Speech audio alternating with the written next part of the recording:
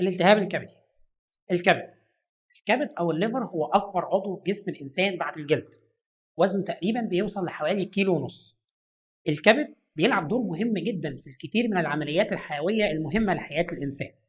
منها مثلا انه عامل زي الفلتر، يعني بيقوم بتنقيه الجسم من المواد السموم الموجوده فيه، وكمان بيقوم بتحويلها لمواد غير سامه.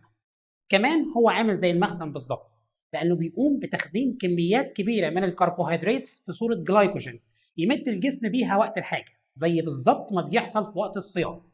ده غير طبعا دوره الكبير في تصنيع حاجه اسمها البلازما بروتينز او بروتينات الدم، واللي بتلعب دور مهم جدا في تنظيم السوائل داخل الجسم ومنع هروبها خارج الدوره الدمويه.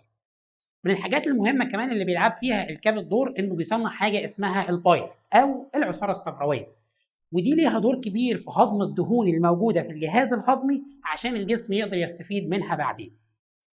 لو دخلنا جوه شويه بقى هنلاقي ان الكبد ده بيتكون من مجموعه كبيره من الخلايا بنسميها الخلايا الكبديه او الهيباتوسايتس. بيحوط الخلايا دي شبكه كبيره من الاوعيه الدمويه اللي دورها الاساسي هو نقل المواد الغذائيه للخليه والتخلص من الفضلات اللي بتنتج عن الخليه دي. لما بيحصل بقى مشكله في الخليه الكبديه دي احنا بنطلق على المشكله دي لفظ هيباتيتس، والمعنى الطبي للفظ هيباتيتس يعني التهاب الخلايا الكبديه. طبعا في اسباب كتير قوي ممكن تؤدي الى التهاب خلايا الكبد، منها مثلا الكحول، وده سبب مشهور قوي في اوروبا وامريكا.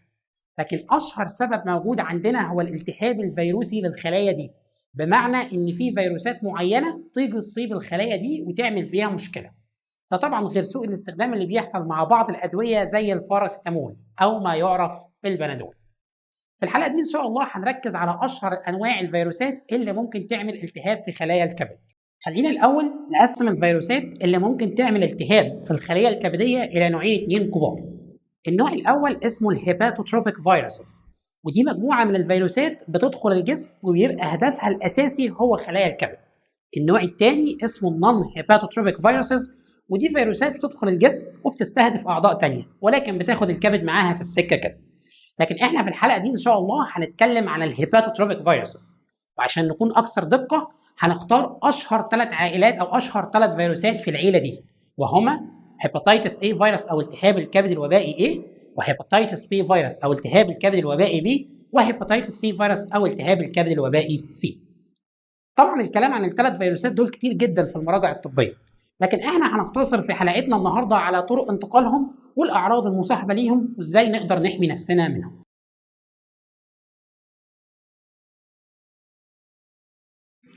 اولا هيباتيتس A.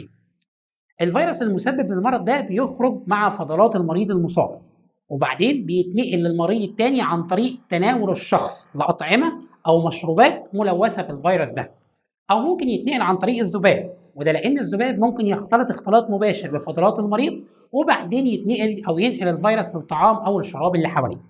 عشان كده الفيروس ده منتشر جدا جدا بين أطفال المدارس، ومش بس الفيروس ده ولكن مجموعة كبيرة من الأمراض الطفيلية اللي هنتكلم عنها إن شاء الله في حلقات قدام.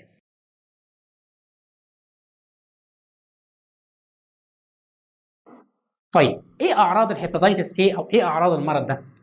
الأعراض في الأول بتكون اضطرابات في المعدة وإعياء وخمول عام في الجسم وقيء وإسهال وارتفاع في درجة الحرارة، وأعراض تانية كتير مشابهة بالظبط لنزلة البرد. عشان كده الأمهات مش بياخدوا بالهم بعد كده الفيروس بيبدأ يتنقل للكبد وبيبدأ يعمل التهاب في خلايا الكبد دي، بينتج عنها اضطرابات في وظائف الكبد اللي اتكلمنا عنها. نتيجة لكده بتبدأ تظهر مجموعة من الأعراض المميزة جدا لالتهاب الكبد. الأعراض دي هي إن المريض بيحس بوجع في الجزء الأيمن من أسفل بطنه اللي هو مكان تواجد الكبد.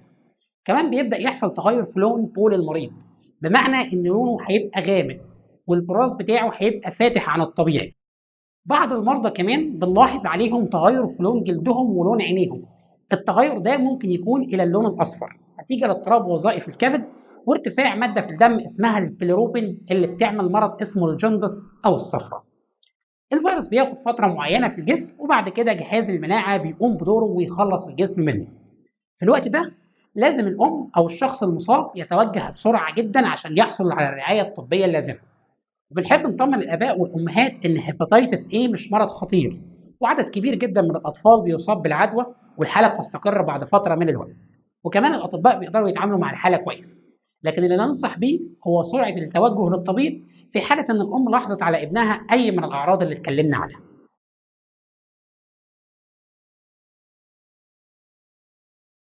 طيب إزاي نقدر نحمي نفسنا من الفيروس؟ الحماية في المقام الأول بتبقى عن طريق الغسيل الجيد للطعام والشراب اللي بناكله عشان الفيروس بيتنقل عن طريقهم، وكمان الاهتمام بالنظافة الشخصية للأطفال وغسل الإيدين كويس جدا عشان زي ما قلنا الفيروس بيتنقل عن طريق الطعام الملوث. ده بالإضافة إلى إن في تطعيم خاص بهيباتيتس A لكنه غير إجباري، ومش بنفضل نديه إلا للأشخاص المسافرين لأماكن بيبقى موجود فيها الهيباتيتس A بمعدلات كبيرة.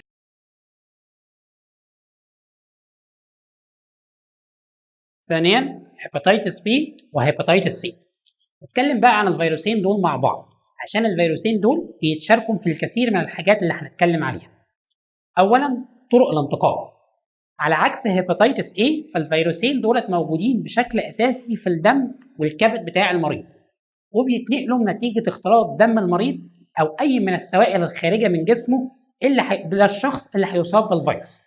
والموضوع ده بيتم بكذا طريقه، اشهرها مثلا هو نقل دم شخص مصاب لشخص تاني غير مصاب، او استخدام اي ادوات شخصيه غير معقمه، او ادوات خلع الاسنان، او ادوات الحلاقه، او اي ادوات شخصيه تانية زي فرشه الاسنان مثلا، او حتى الناس اللي بتعمل تاتوينج، او استخدام محاقن طبيه شايله الفيروس ده.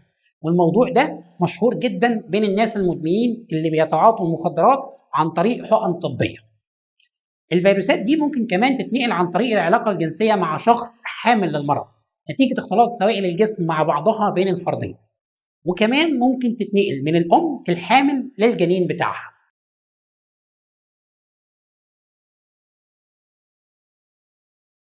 ثانيا الأعراض المصاحبة للمرضين دول. كل واحد من المرضين دول بيمر بمرحلتين اتنين رئيسيتين.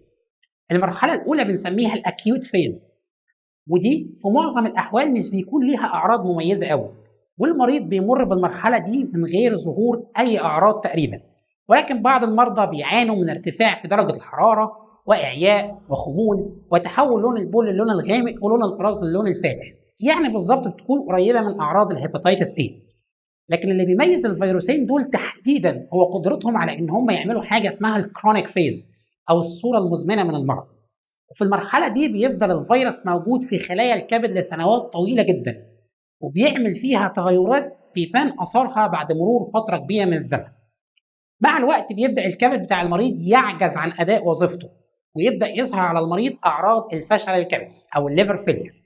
ومن أشهر الأعراض دي هي الأسايتس أو الاستسقاء، ودي هي تجمع السوائل في حاجة اسمها البريتونيال كافيتي فينا في البطن كمان، واللي بنقدر نشوفها من خلال انتفاخ أسفل البطن عند العيان، وأعراض تانية زي الصفرة ودوال المريء وغيرها من المشاكل الكتير.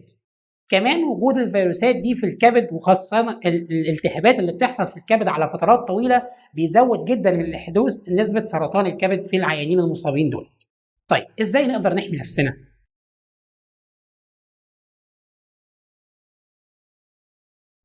طبعا أول وسائل الحماية هي منع انتقال المرض نفسه، والموضوع ده بيتم بأكتر من طريقة ممكن نركز عليها، زي مثلا عمل الفحوصات اللازمه لاي شخص هيقوم بنقل دم للتاكد من عدم اصابته باي من الامراض اللي بتتنقل عن طريق الدم.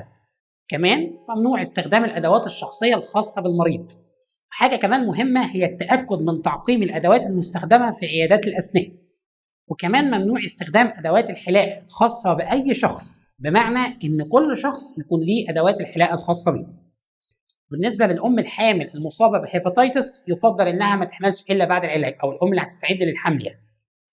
الخطوه اللي بعد كده في الوقايه هي التطعيم، والتطعيم هنا خاص بهيباتيتس بي، لان هيباتيتس سي ملهوش تطعيم.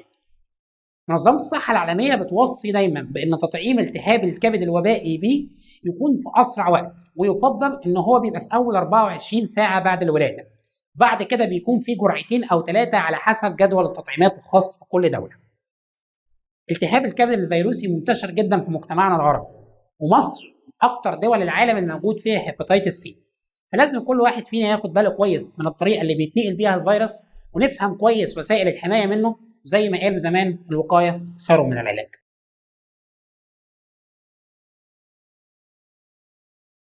نيجي بقى للعلاج. بعد اكتشاف السوفوسبوفير او الصفالدي بقى في ايدينا سلاح قوي نقدر نحارب بيه المرض، وبالفعل ارتفعت نسب الشفاء من هيباتيتس سي، وعدد كبير جدا من الحالات استجاب للعلاج وتحسنت حالتهم بشكل ملحوظ. منظمة الصحة العالمية بتوصي باستخدام كومباينيشن ما بين 3 أدوية بياخدهم المريض لحوالي 3 شهور. الأدوية دي هي الانترفيرون والريبافيرين والسوفوسبوفير أو الصفالدي. بعد كده بيبدأ الأطباء يقيموا حالة المريض مرة تانية عن طريق قياس نسبة الفيروس في الدم أو ما يعرف بالفيرال لود، وكمان البي سي ار للمريض عشان يتأكدوا من كمية الفيروس سواء في الدم أو في الكبد. والحمد لله العلاج أثبت إنه واعد جدا، والنتائج اللي شافها الأطباء بعينيهم كانت مبشرة إلى حد كبير. ومع تطور فهمنا للكائنات دي هنقدر نطور أسلحة أقوى وأكثر فعالية في المستقبل عشان نقدر نحمي نفسنا منهم بشكل كامل.